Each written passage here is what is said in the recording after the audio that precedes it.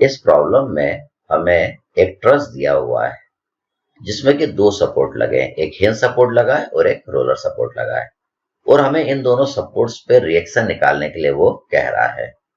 तो हम क्या करेंगे, हम पहले एज्यूम कर लेंगे कि रोलर सपोर्ट पे एक रिएक्शन लग रहा है जिसको हमने नाम दिया आरबी। हम जानते हैं रोलर सपोर्ट पे एक ही रिएक्शन मिल सकता है, तो इस रिएक्शन को हमने एज्यूम कर लिया। रोलर सपोर्ट पे इस डायरेक्शन में कोई रिएक्शन नहीं मिलता है, इसलिए हमने इस डायरेक्शन में एज्यूम नहीं किया। हमने हिंज सपोर्ट पे भी एज्यूम कर लिया। हिंज सपोर्ट पे एक वर्टिकल रिएक्शन लग रहा है VA, और हिंज सपोर्ट पे एक हॉरिजॉन्टल रिएक्शन लग रहा है HA। क्योंकि हिंज सपोर्ट पे दो रिएक्शन मिल सकते हैं, इसलिए मैंने दोनों को एज्यूम कर लिया है। तो पहले आप इस तरीके से सपोर्ट्स पे रिएक्शन को एज्यूम कर लेंगे। अगर इन रिएक्शंस की वैल्यू मिल गई तब तो यहाँ पे रिएक्शंस लगेंगे, और अगर इनकी वैल्यू नहीं मिली तो रिएक्शंस नहीं लगेंगे।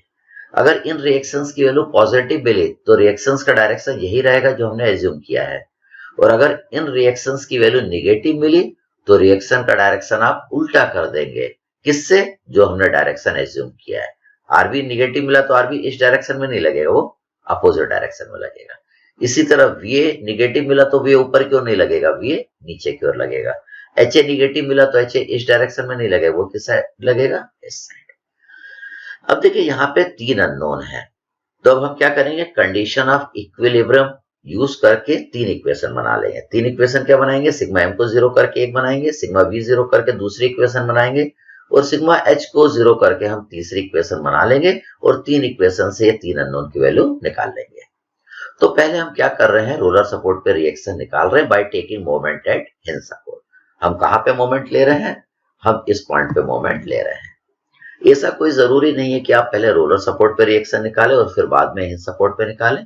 आप पहले हिंज सपोर्ट पे भी रिएक्शन निकाल सकते हैं by taking moment at roller support. लेकिन चूंकि रोलर सपोर्ट पे एक ही रिएक्शन मिल सकता है, इसलिए हम पहले इस रिएक्शंस की वैल्यू निकाल लेंगे by taking moment at hinge support. और हिंज सपोर्ट पे दो रिएक्शन मिल सकते हैं, तो अगर आप क्या करेंगे, इन दोनों रिएक्शंस का मोमेंट यहाँ पे लेंगे तो एक इक्वेशन में दो अननोन हो जाएंगे, तो उससे एक इक्वेशन से तो ये दो अननोन की वैल्यू फाइंड आउट नहीं हो पाएगी। इसलिए हम क्या करते हैं, पहले प्रिफर करते हैं कि रोलर सपोर्ट का सिंगल रिएक्शन फाइंड आउट कर लें।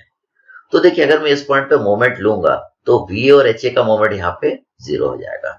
आरबी का मोमेंट यहाँ पे अगर हम लेंगे तो देखिए हमने आरबी वाले फोर्स को आगे बढ़ा लिया।